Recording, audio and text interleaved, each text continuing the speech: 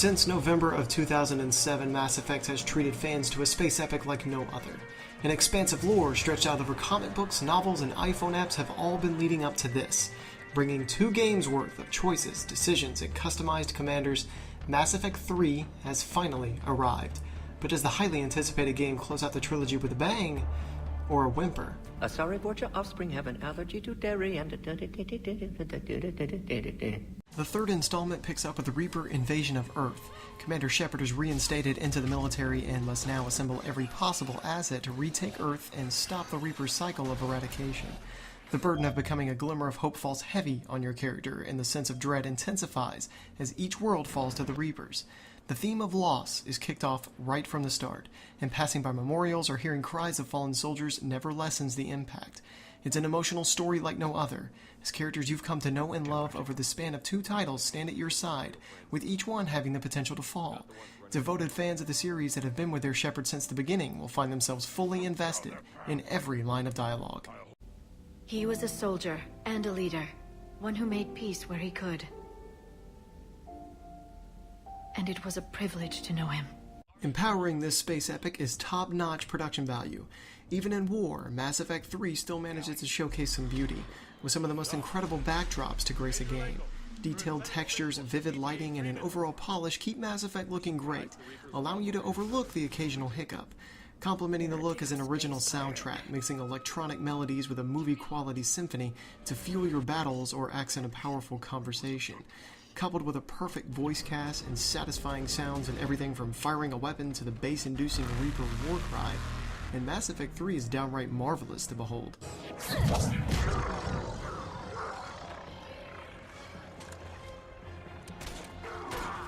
Mass Effect 3 sets you out across the universe to gain war assets on various missions, switching between cover-based shootouts and the popular dialogue wheel conversations.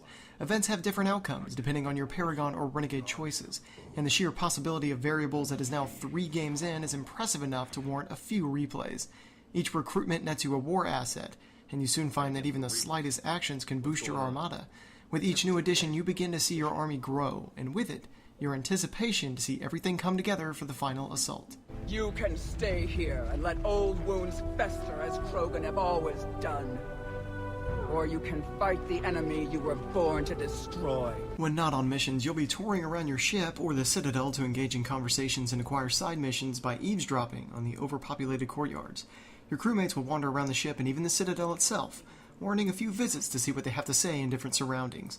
Though there are only 2 new faces to the universe, including James Vega and the DLC character, the previous cast holds up well, and their interactions and emotional heart-to-hearts are worth a break in the action. The side missions acquired vary from well-thought-out operations to tacked-on fetch quests, with the bigger missions usually involving past acquaintances. The fetch quests involve planet scanning, which has been reworked to scan a remote area instead of individual planets. It's a great way to snag some additional assets and upgrades, but the simplicity soon grows tiresome, and the grocery list of items to retrieve counter that overall emphasis on quelling the Reaper threat quickly. Holding sorrow, our warriors are under siege, but your forces can rescue them. Combat has seen little change, but it carries over well. Snapping into cover and ordering squad mates to attack certain enemies is easy to get the hang of, with enough complexity to lay out strategies. Calling up the ability wheel stops the combat, allowing you to issue commands and plan your next move, while common powers can be mapped to a simple button press. BioWare has even utilized the Kinect, which, despite its occasional misread, keeps you in the combat and out of the menus. The melee combat has also received a slight rework, offering new heavy melee options, or the ability to pull an enemy over cover for a one-hit kill. It's sufficient, but lacks the finesse of the cover shooting with its inability to melee targets knocked out on the ground right in front of you. We're not your slaves.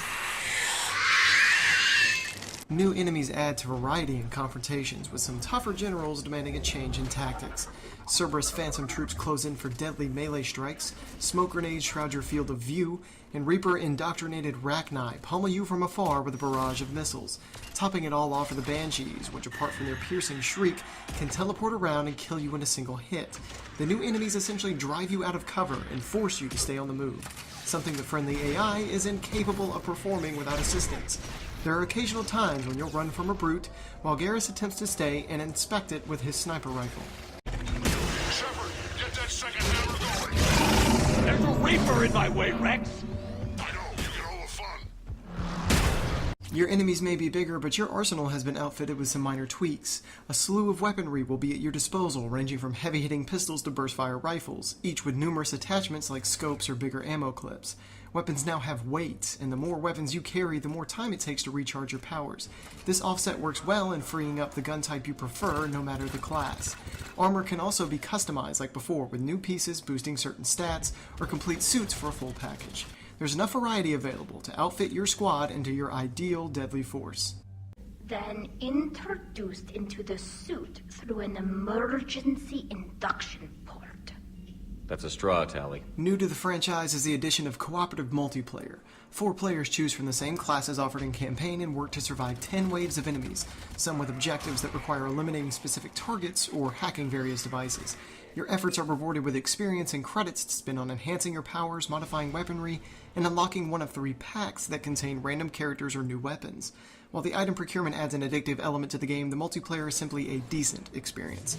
The same waves of enemies soon grow stale, and if one player leaves the game, it does nothing to adjust the difficulty. There's an incentive to play to boost your military effectiveness in the single-player game, but once that's accomplished, you may soon find yourself diving right back into campaign. Stand fast. Stand strong. Stand together. Hack it out.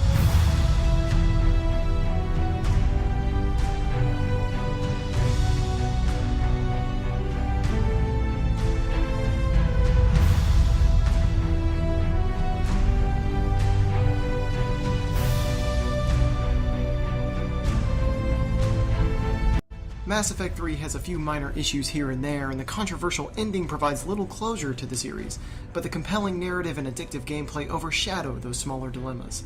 It's a game that starts off strong and never lets up, with plenty of possibilities to play out that will bring fans back again and again. This lore-enriched world is hard to say goodbye to, but BioWare makes sure that the last goodbye is one filled with action, emotion, and complete satisfaction. I'm Commander Shepard, and this is my favorite game on the Citadel. The females like to talk about it. Then think about it. Then talk about it some more. Women have good ideas, Rex. You should listen. Yeah, but they have so many of them. So sometimes I pretend to listen and...